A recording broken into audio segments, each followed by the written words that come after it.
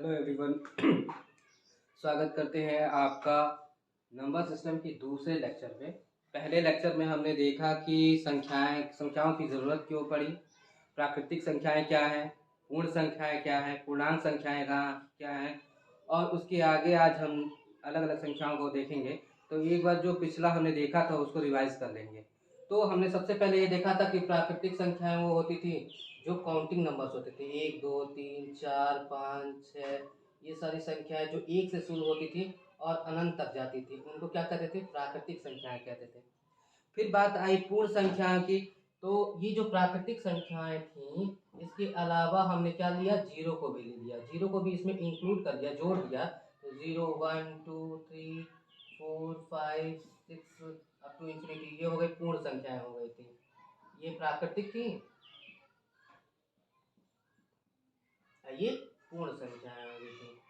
ठीक है, प्राकृतिक संख्याएं वो संख्याएं थी जो एक से शुरू होती थी, अनंत तक जाती थी, और जब उन प्राकृतिक संख्याओं में हमने जीरो को ले लिया था तो वो संख्या पूर्ण संख्या हो गई थी, जिसको हम क्या कहते थे? Whole number. इसे हम नेचुरल नंबर कहते थे, इसे हम होल नंबर कहते थे। साथ ही साथ हमने ये भी देखा था सबसे छोटी प्राकृतिक संख्या क्या थी? एक थी, और सबसे बड़ी प्राकृतिक संख्या को हम ज्ञात नहीं कर सकते हैं। और अपूर्ण संख्याओं में सबसे छोटी पूर्ण संख्या क्या थी? जीरो थी, और सबसे बड़ी पूर्ण संख्या को हम ज्ञात नहीं कर सकते हैं। फिर बात आई पूर्णांक संख्याओं की।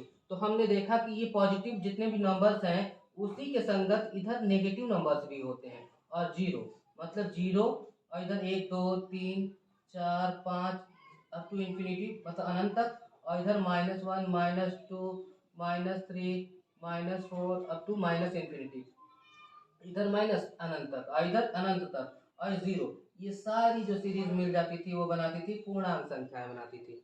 अब नंबर सिस्टम में इतनी संख्याएं तो है नहीं। अब कुछ नंबर ऐसे भी आते हैं, जैसे आप कहते हैं 3/4 है, चाहे 4/5 है, 6/7 है, या फिर -5/7 है, -6/3 है, मान लीजिए 3 है या 5 है, जो भी कर रहे हैं, या 2 ही है, 2 को हम 2/1 भी तो लिख सकते हैं, या 0 है, 0 को हम 0/1 भी तो लिख सकते हैं। तो ये सारी संख्याएं जो है आप देख रहे हैं, तो एक फॉर्म में है। जैसे ये ऊपर वाले को अगर Q मान ले और नीचे वाले को Q मान ले, तो ये P/Q के रूप में है। किसके रूप में है? P/Q के रूप में है। और जो P भी जो है वो भी पूर्णांक संख्या है, मतलब इनमें से है, या तो पॉजिटिव निगेटिव हो सकता है, या पॉजिटिव भी हो सकता है, या जीरो हो सकता है। और Q भी पॉजिटिव हो सकता है, निगेटिव हो सकता है, लेकिन ये जीरो नहीं होगा। Q जीरो नहीं होना चाहिए। मतलब ऐसी संख्याएं जिन्हें हम P/Q के रूप में लिख सकते हैं, जहां P और Q दोनों पूर्णांक संख्याएं हों। पूर्णांक संख्याएं हो सकती है, माइनस भी हो सकता है, ये भी माइनस हो सकता है, प्लस हो सकता है, ये भी प्लस हो सकता है, लेकिन नीचे वाला जीरो नहीं होना चाहिए। क्यों नहीं जीरो होना चाहिए? क्योंकि किसी भी नंबर, कोई भी संख्या ले लें, कोई भी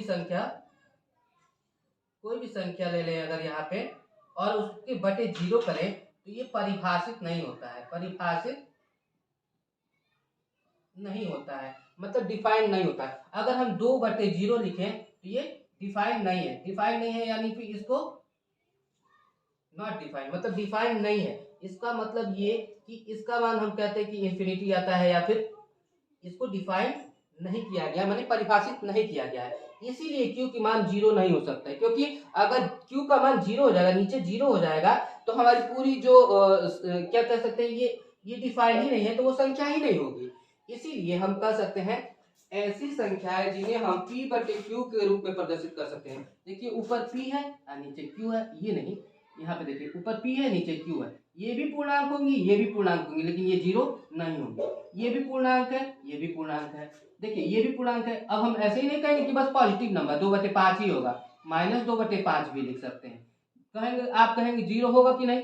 बिल्कुल होगा, क्योंकि 0/1 को, जीरो को हम क्या करते हैं? 0/1 लिख सकते हैं। ये भी पूर्णांक संख्याओं में आ गया, ये भी पूर्णांक संख्याओं में आ गया, और हमारी शर्त को भी पूरा कर रहा है कि ये जीरो के बराबर नहीं है। फिर हम कह दे अगर 4 तो है, तो बिल्कुल 4 को 4/1 लग सकते हैं, ये भी पूर्णांक है, ये भी पूर्णांक है, लेकिन ये जीरो नहीं है, Q जीरो नहीं है। तो मतलब ऐसी संख्याएं जिन्हें हम P/Q के रूप में प्रदर्शित कर सकते हैं, जहां P और Q दोनों पूर्णांक संख्या हो, लेकिन Q का मान जीरो से भिन्न हो, परिमेय संख्याएं कहलाती हैं। इसको रैशनल नंबर कहते हैं। और इंग्लिश में अगर बोले तो कहते हैं any number which is in the form of P/Q where p and q both are integers and q is different from 0। मतलब p और q दोनों क्या होंगे, इंटीजर्स होंगे। इंटीजर्स माने हम होता है पूर्णांक संख्याएं होती है, इंटीजर्स होंगे। अब q 0 नहीं होगा, ये 0 है क्योंकि 0/1 के रूप में इसको लिखा जा सकता है, इसको भी माना जाएगा। ठीक है, फिर इसी के बाद ऐसी संख्या है अपरिमेय संख्या, जैसे कोई संख्या ऐसी होती है जिसका हम पूर्ण वर्ग नहीं निकाल सकते, जैसे √5 हुआ, √3 हुआ, ये पूर्ण वर्ग नहीं है। अभी हम आगे जब पढ़ेंगे वर्ग क्या होता है, वर्गमूल क्या होता है, तो हम जानेंगे। तो जान लीजिए ऐसी संख्याएं जो है √5, तो देखिए √5 है अब बटे 1 कर दें, तो ये क्या पूर्णांक है, नहीं है पूर्णांक। इसीलिए जो ये भले पूर्णांक है लेकिन ऊपर तो पूर्णांक नहीं है, p पूर्णांक नहीं है, तो ये क्या होगा, रेशनल नंबर या फिर परिमेय संख्या नहीं होंगी। ठीक, ये तो पता चल गया। मतलब ऐसी कोई भी संख्या जो p/q के रूप में लिखी जा सके, जो किसके रूप में, p/q के रूप में लिखी जाए, जहां p और q दोनों पूर्णांक संख्या है। पूर्णांक संख्या है मतलब इनमें से कुछ भी हो सकता है, इनमें से कुछ भी हो सकता है जी, इधर भी हो सकता है, इधर भी हो सकता है, नीचे ऊपर कुछ भी हो सकता है। यही नहीं कि 2/5 ही हम लिख सकते हैं, 2/-5 भी लिखेंगे, हालांकि ये हो ही जाता है -2/5। हम आगे बताएंगे, सारी चीजों को ध्यान से बताएंगे। तो अपरिमेय संख्या है, जो परिमेय संख्या है, जैसे √3 हुआ, √5 हुआ, √7 हुआ, √11 हुआ, 13 हो गया। अब आप कहेंगे सर √4 का क्या होगा, √4 है कि नहीं, तो √4 का वैल्यू आएगा 2/1, ये एक परिमेय संख्या है, अपरिमेय संख्या नहीं होगी। ठीक है, फिर आते हैं सम संख्याएं क्या होती है। जैसे बच्चों में बड़ा कंफ्यूजन ये रहता है कि वो जनरली कंफ्यूज कर जाते हैं, सम संख्या क्या था, अभाज्य क्या था, या फिर अभाज्य क्या था, भाज्य क्या था। तो सम संख्याएं वो संख्याएं जो दो से, वे संख्याएं जो दो से पूर्णतः विभाजित हो जाती हैं, सम संख्याएं कहलाती हैं। ठीक है, जैसे अगर हम कह दें,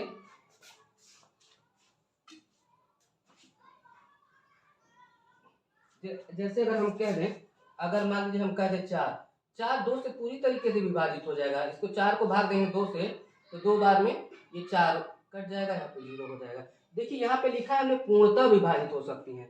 इसके लिखने का कारण ये है कि अगर आप कहें कि सर 13 भी तो 2 से भाग हो जाता है, जैसे 2 2 छक्के 12 हो जाएगा और 1 हो जाएगा, दशमलव लगाएंगे, यहाँ पे 0, 2 5 10, ये भी तो हो गया पूरी तरह से, ये भाग तो हो गया ना, लेकिन ये पूर्णतः विभाजित नहीं हुआ, ये दशमलव में विभाजित हुआ। या यूं कहे कि 2 से भाग दे रहे हैं 13 को, तो 2 छक्के 12, यहाँ पे एक शेष बच गया, तो शेष बच गया, तो ये पूरी तरीके से भागन नहीं हो पाया। तो ऐसी संख्याएं जो 2 से पूरी तरह से विभाजित हो रहे, उन्हें सम संख्याएं कहते हैं। जैसे 2 है, ये 2 से विभाजित हो जाएगी, 4 है वो 2 विभाजित हो जाएगी, 8 है वो 2 से विभाजित हो जाएगी पूरी तरीके से, 22 है ये भी 2 से विभाजित हो जाएगी, 26 हो गई।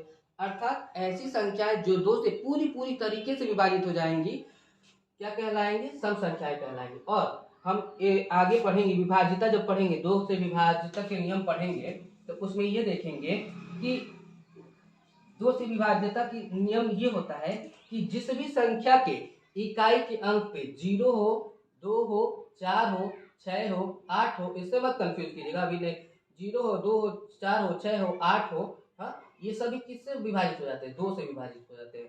तो यहाँ पे देखिए सभी संख्याओं के अंत में या तो 2 है, 4 है, 8 है, 2 है, 6 है, 8 है, 8 है, 2 है, 8 है, 4 है, 8 है, 0 है। मतलब ऐसी संख्या है जिनके इकाई के अंक पर, जैसे मान लीजिए 108 है, इकाई के अंक पे 8 है, इसका मतलब 2 से विभाजित हो जाता है, 2 से विभाजित हो जाता है तो ये सम संख्या है। 103 होगा, ये 3 है, इकाई के अंक पे 3 है, तो ये सम संख्या नहीं होगी, क्योंकि 3 जो होगा 2 से विभाजित, मतलब 3 जो है, जैसे यहाँ पे इकाई के अंक पे 3 है, तो 103 जो होगा 2 से विभाजित नहीं होगा, तो 2 से विभाजित नहीं होगा तो ये सम संख्या नहीं होगी, ये विषम संख्याएं हो जाएंगी। अभी हम बताएंगे। यहाँ पे 105 है, ये 5 है, यहाँ पे ये 2 से विभाजित नहीं होगा, तो ये सम संख्याएं नहीं होंगी, ये क्या हो जाएगी, ये विषम संख्याएं हो जाएंगी। तो ऐसी संख्याएं जो 2 से पूरी तरीके से विभाजित हो जाए, मतलब कि कोई भी उसमें शेष फल न बचे, उसे क्या कहते हैं, सम संख्याएं कहते हैं। जो संख्याएं 2 से पूर्णतः विभाजित हो जाए उन्हें सम संख्याएं कहते हैं। जो है 4 है, 8 है, 22 है, 26 है, 28 है, 108 है, 112 है, 128 है, ये सब चीजें ऐसे भी आगे बढ़ा सकते हैं। और जो संख्याएं 2 से पूर्णतः विभाजित नहीं हो पाती हैं, उन्हें क्या कहते हैं, विषम संख्याएं कहलाते हैं, ऑड नंबर कहते हैं। तो ऑड नंबर में 3 हो जाएगा, 5 हो जाएगा, 7 हो जाएगा, 9 हो जाएगा, 11 हो जाएगा, ठीक है ना, 15 हो जाएगा, 17 हो जाएगा, 19 हो जाएगा, 21 हो जाएगा, 23 हो जाएगा, 27 हो जाएगा। इसी प्रकार कुछ भी आप बना सकते हैं। 91 हो जाएगा, 97 हो जाएगा, 95 हो जाएगा, 103 हो जाएगा, 113 हो जाएगा। तो मतलब जो 2 से पूर्णतः विभाजित नहीं होती हैं, हाँ, 2 से पूर्णतः विभाजित नहीं होती हैं, वो क्या हो जाएंगी? विषम संख्या हो जाएंगी। और जो से पूर्णतः विभाजित हो जाती है 2 से, उसको सम संख्याएं कहते हैं। ठीक है। अब देखिए, एक बड़ा कंफ्यूजन बच्चों में रहता है कि अभाज्य संख्या क्या है और भाज्य संख्या क्या है। अभाज्य संख्याओं को प्राइम नंबर कहते हैं। क्या कहते हैं? प्राइम नंबर कहते हैं। इससे पहले एक बात हम आपको बता दें कि कोई भी संख्या हो, कोई भी संख्या, मान लीजिए 4 ले लें या फिर 8 ले लें, या कोई भी संख्या, मान लीजिए अगर ले लें 4 ले लें, 5 ले लें, 9 ले लें, ये सारी संख्याएं एक से तो विभाजित होंगी, अपने आप से स्वयं से भी विभाजित होंगी। सारी संख्याएं, जितनी भी संख्याएं दुनिया में, जितनी भी संख्याएं होती हैं, वह एक से विभाजित होती ही हैं, साथ ही साथ अपने आप से भी विभाजित होती हैं। कोई भी संख्या ले लीजिए, जैसे हमने आप मान लीजिए 3 लीजिए, ये 1 से विभाजित होगी, 3 से भी विभाजित हो जाएगी। मान लीजिए 5 ले लीजिए, ये भी 1 से विभाजित हो जाएगी और 5 से विभाजित होंगी। इसके अलावा भी ऐसी संख्याएं होती हैं जो एक और अपने आप के अलावा भी किसी संख्या से विभाजित हो सकती हैं। तो अभाज्य संख्याएं वो संख्याएं होती हैं जो केवल एक से और अपने आप से विभाजित होती है, इसके अलावा किसी भी संख्या से विभाजित नहीं होती हैं। ऐसी संख्याओं को हम कहते हैं अभाज्य संख्या कहते हैं या फिर प्राइम नंबर कहते हैं। अब वो एक से बड़ी होती हैं, जैसे एक को नहीं लेते हैं। एक से बड़ी वह प्राकृतिक संख्या जो एक और स्वयं के अतिरिक्त अन्य किसी भी संख्या से विभाजित नहीं होती, अभाज्य संख्याएं कहलाती हैं। जैसे यहाँ पे समझिए आप, अभी इसको लिखे नहीं है, हमने लिखा नहीं है इसका, अभी लिख देंगे इसको। अब देखिए, अगर हम देखें 2 को देखें, यहाँ पे अगर 2 को देखें तो 2 को 1 विभाजित करेगा और 2 विभाजित करेगा। इसके अलावा कोई संख्या है जो 2 को विभाजित करेगा? नहीं है, बिल्कुल नहीं है। तो ये 2 क्या हो जाएगा? अभाज्य संख्या हो जाएगा। 3 ले लीजिए, 3 को 1 विभाजित करेगा और 3 विभाजित करेगा। विभाजित करेगा माने भाग हो जाएगा उसका। अगर 5 ले लें तो 5 को 1 से भाग हो जाएगा और 5 से भाग हो जाएगा। 7 ले लें तो 7 1 से भाग हो जाएगा, 7 से भाग हो जाएगा। अगर 9 ले तो 9 को क्या बस इसी से कटेगा, 9 1 से भी कटेगा, 3 से भी कटेगा और 9 से भी कटेगा, तो 9 को नहीं लेंगे। ठीक है ना? तो यानी 2, 5, 7 या फिर 11 ऐसी संख्याएं जो केवल एक से कटते हैं और अपने आप से कटती हैं, इसके अलावा किसी अन्य संख्याओं से नहीं कटती हैं, मतलब विभाजित नहीं होती हैं, उनको कहते हैं अभाज्य संख्या है। ठीक है ना? और सबसे बड़ी जानने की बात है, 2 केवल ऐसी सम संख्या है जो अभाज्य है। मतलब एक ऐसी सम संख्या जो अभाज्य है, कौन सी है? 2। इसके अलावा जितने भी अगर अभाज्य संख्याएं आप पाएंगे ना, वो विषम संख्या होंगी। जैसे 2 के अलावा अगर देखें 3, ये विषम है, ये विषम है, ये विषम है, ये विषम है, ये विषम है, ये विषम है, ये विषम है, ये विषम है, और जितनी भी होंगी, जैसे 41 हो जाएगा, यहाँ पे अगर आगे देखें 41 भी हो जाएगा, 43 भी हो जाएगा, और सभी संख्याएं जो भी होंगी वो विषम होंगी। केवल 2 ही एक ऐसी संख्या है जो क्या है? 2 ही एक ऐसी सम संख्या है जो क्या है? अभाज्य संख्या है। ठीक है?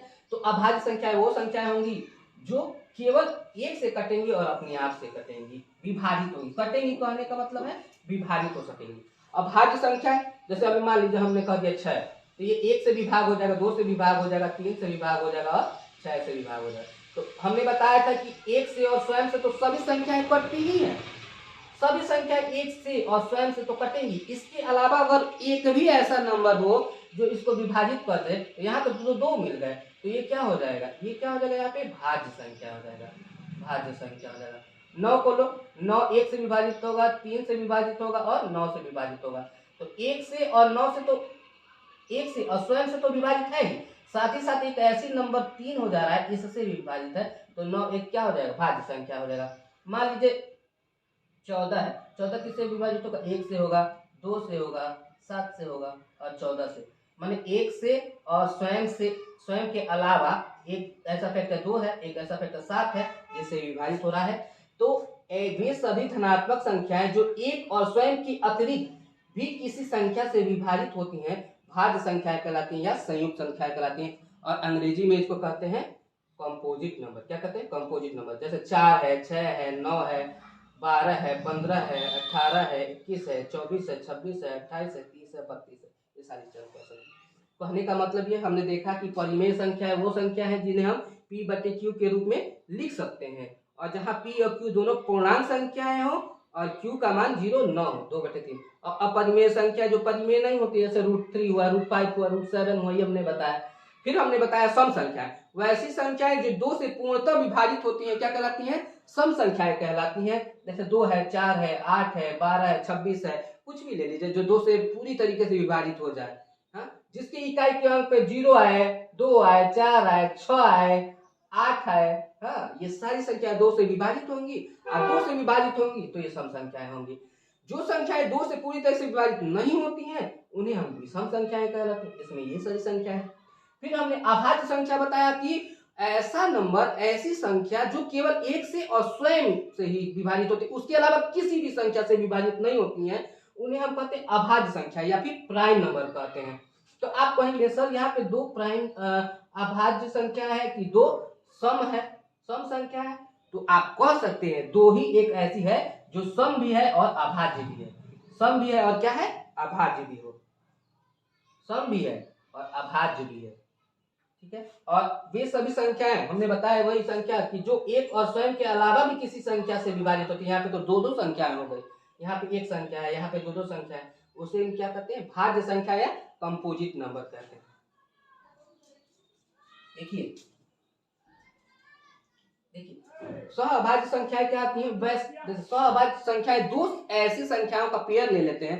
जैसे मान लीजिए ले लिया गया कि 1 और अगर 3 ले लिए और 5 ले लिए, तो 3 और 5 को ऐसा कोई फैक्टर है जो 3 और 5 को डिवाइड कर सकता है? कोई फैक्टर नहीं है, केवल एक ही 3 को भी विभाजित करेगा, एक ही 5 को भी विभाजित कर पाएगा। ऐसा मान लीजिए 5 को और 7 को हमने ले लिया, तो एक ही सबसे बड़ा फैक्टर है, जैसे HCF है, हाईएस्ट कॉमन फैक्टर, महत्तम समापवर्तक कहते हैं जिसे। हाँ, हम बताएंगे उसको क्या होता है। सबसे बड़ा फैक्टर न 2 से दोनों विभाजित हो सकता है, न 3 से, न 4 से, न 5 से, तो ये विभाजित होगा लेकिन ये नहीं विभाजित होगा। 7 से ये विभाजित होगा लेकिन ये नहीं विभाजित होगा। केवल एक ही ऐसा, 1 ही ऐसा है जो दोनों को विभाजित करता है, इसको भी इसको भी। यहाँ पे भी 1 ही ऐसा फैक्टर है जो इसको डिवाइड करता है, इसको डिवाइड करता है। ये ऐसे ले ले, मान लीजिए 11 और 13 ले लेते हैं, हाँ, 13 और 17 ले लेते हैं। तो मतलब सहअभाज्य संख्याएं 2 संख्याओं का ऐसा पेयर होता है जिसमें हाईएस्ट कॉमन फैक्टर मतलब महत्तम समापवर्तक माने बड़े से बड़ी संख्या जो होती है केवल एक ही होती है, एक ही से दोनों विभाजित हो सकते हैं, अदरवाइज कोई भी नहीं हो सकते। जैसे 1 है, ये भी 1 से विभाजित होगी और ये भी 1 से ही विभाजित होगी। दोनों ऐसी संख्याएं, सबसे बड़ी संख्या जो दोनों को विभाजित कर सकती है 1 ही होगा। सबसे बड़ी संख्या जो 13 और 17 को विभाजित कर सकती है वो 1 ही होगा, ठीक है ना। तो इसको कहते हैं सहअभाज्य संख्या, माने 2 ऐसी संख्याओं का पेयर, माने 2 ऐसी संख्याओं का युग्म जहां दोनों संख्याओं, सबसे बड़ी संख्या 1 जो होगी दोनों को विभाजित करेगी, उसके अलावा कोई संख्या नहीं होगी। अगर कोई संख्या कह दे 6 और 8 ये क्या को प्राइम है, तो कह दी नहीं है। क्यों? क्योंकि 1 तो विभाजित करेगी, 2 से भी विभाजित हो जाएगा ये, हाँ, 2 से भी विभाजित हो जाएगा ये 2 से विभाजित हो जाएगा, ये भी हो जाएगा, तो ये को प्राइम नहीं है। फिर करें 14 और 18, ये है? बिल्कुल नहीं है। 2 ये 1 से भी विभाजित हो जाएगा दोनों, और 2 से भी विभाजित हो जाएगा, ये भी हो जाएगा, ये भी हो जाएगा। अगर मान लिया हम 15 और 21 कहें तो ये 1 से तो विभाजित हो ही जाएगा, 3 से ये भी विभाजित हो जाएगा, 3 × 5 = 15 और 3 × 7 = 21, तो 3 भी इसमें हो जाएगा। तो ये 15 और 21 क्या है? 21 क्या है? सहअभाज्य संख्याएं नहीं है, ठीक है ना। तो ऐसा संख्या, 2 संख्याओं का युग्म ऐसा हो जिसमें कॉमन फैक्टर माने ऐसी संख्या जो दोनों को विभाजित करोगी केवल 1 होगी, 1 मतलब एक संख्याओं में नहीं, एक ही, केवल 1 होगी।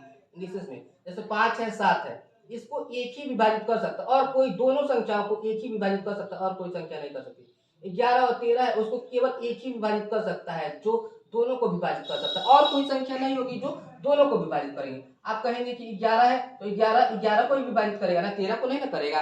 चाहे 13 है तो 13 को विभाजित करेगा, 11 को विभाजित नहीं करेगा। लेकिन एक ऐसी संख्या है 1 है जो इसको भी विभाजित करेगा, इसको भी विभाजित करेगा, और जब इन दोनों को विभाजित करेगा और वो केवल एक ही है हाईएस्ट, तो ये संख्याएं क्या कहलाएंगी? को प्राइम कहलाएंगी या सहअभाज्य संख्याएं कहलाएंगी। और इसी तरह हम जो भी चीज पढ़ेंगे संख्या पद्धति में, जितनी भी चीजें पढ़ेंगे एकदम बेसिक से पढ़ेंगे। आप बिल्कुल निश्चिंत रहिए और सारी पिछली वीडियोस को देखते रहिए, और मैं मतलब वादा करता हूँ जो भी मैं बताऊंगा आपको हर चीज़ आपको हेल्पफुल होगी। ये सारी चीज़ें कॉन्सेप्ट 11th-12th के बच्चों में कन्फ्यूज़न रहता है। बहुत सारे बच्चे कन्फ्यूज़ करते हैं, अभाज्य संख्या, भाज्य संख्या क्या है? अगर डायरेक्ट पूछ दिया जाए तो कन्फ्यूज़ हो जाते हैं। प्रायः एग्ज़ामिनर जो भी आते हैं प्रैक्टिकल लेने ये बीटीसी में या फिर बीएड की परीक्षाओं में तो पूछ देते हैं 2 भाज्य है कि अभाज्य है। बच्चे इसी में कन्फ्यूज़ हो जाते हैं। तो आपको जो भी कॉन्सेप्ट पढ़ना है आप पढ़िए, इन चीज़ों को दोहराते रहिए, इन चीज़ों को लिखते रहिए। एक कॉपी बना लीजिए, उसमें लिखते रहिए और हम प्रयास करेंगे सारी चीज़ों को आपको बिल्कुल अच्छे तरीके से समझाएँगे। धन्यवाद।